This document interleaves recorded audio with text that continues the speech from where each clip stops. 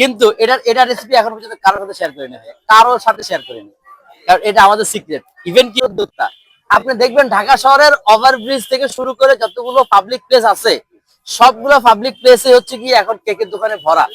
আর এমন কোনো দোকান খুঁজে পাবেন না যেখানে বাটারস্কচ নাই, যেখানে বাটারস্কচ নাই।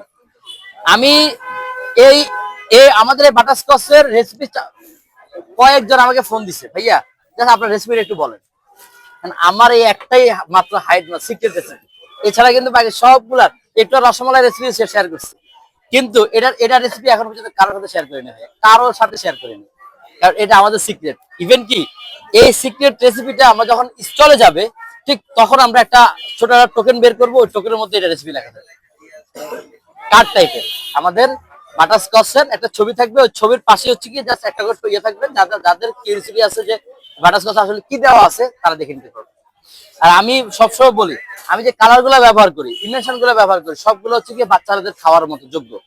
আমি যে কালার গুলো ব্যবহার করি, কালার গুলো আপনি এমনি খেতে পারবেন, চামচ দিয়ে খেতে পারবেন, খিদে লাগবে না। এক ধরনের মোটামুটি একটু মিষ্টি মিষ্টি টাইপের, খিদে লাগবে না।